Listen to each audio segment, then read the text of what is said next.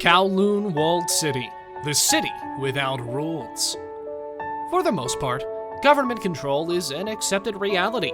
But what if an area in your city suddenly becomes a lawless free-for-all? What kind of industries would arise, and how would people work together to keep essential services running in that environment? Just think about that for a moment. Hello guys, we are back with another video full of facts, history, and a lot of information. In today's episode, we will talk about the Kowloon Walled City, the city without rules. Before unveiling all that for you in today's video, make sure to like, share, and subscribe to our channel. Also, hit the bell icon to get the notification of every upcoming video on time. How did Kowloon Walled City become lawless? The KWC site's history begins during the Song Dynasty, from 960 to 1297, when a tiny fort was built to house soldiers who guarded the salt trade. As the fear of a British invasion loomed over China in the second half of the 19th century, the modest fort was developed into a full garrison town. The site became a lawless enclave because China never relinquished its claim to the land and the British took a hands-off policy. Kowloon Walled City became a squatters' community. The Kowloon Walled City began as a military stronghold during the Qing Dynasty. While the British were aggressors in Kowloon, they were not insane enough to demand that the Qing garrison surrender to British soldiers, as this would most certainly have resulted in a war. This put the military garrison in legal limbo. The British didn't claim legal jurisdiction, and the Qing and later Chinese governments couldn't enforce it. It evolved into a squatters' colony over time. If you people don't know what a squatter community is, well then let me tell you. It's a low-density residential area that has grown without a legal claim to the land or authorization to build from the relevant authorities, and as a result of their unlawful status, infrastructure and services are frequently inadequate.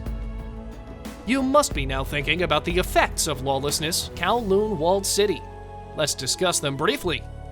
The walled city became a shelter for crime and drugs, with little official action from the Chinese or British governments. The Hong Kong government was only given authority over the walled city during a 1959 trial for a murder that happened there. However, by that time, the walled city had been virtually taken over by triads or organized crime syndicates. Police would only enter the walled city in big groups because it had become such a sanctuary for criminals.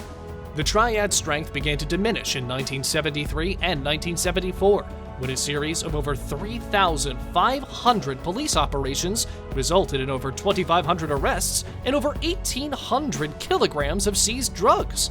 The crime rate in the walled city was proclaimed under control by the district police commander in 1983. The City of Darkness.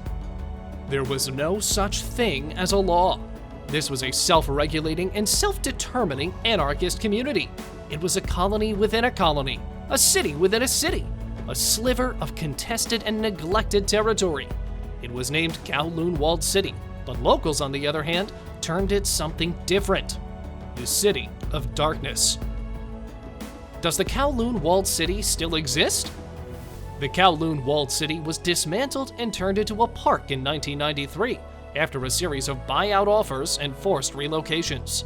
Many businesses were forced to close permanently since rents throughout the rest of Hong Kong were too high for most of the owners to afford.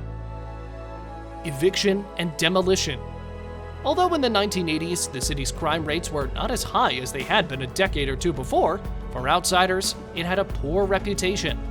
In 1987, the government announced that the city would be demolished and replaced with a park. Many of the residents were evicted because they were dissatisfied with the decision. The Hong Kong government compensated Kowloon residents to the tune of $350 million. The city was demolished starting in March 1993 and finished in April 1994. It was afterwards turned into a park. So guys, that was it. Hope you enjoyed the video. Despite its reputation for lawlessness, many former residents of the Kowloon Walled City remember it fondly. What do you think?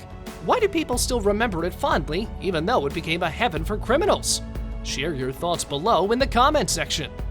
For more stuff like this, make sure to subscribe to our channel and press the bell button. See you next time!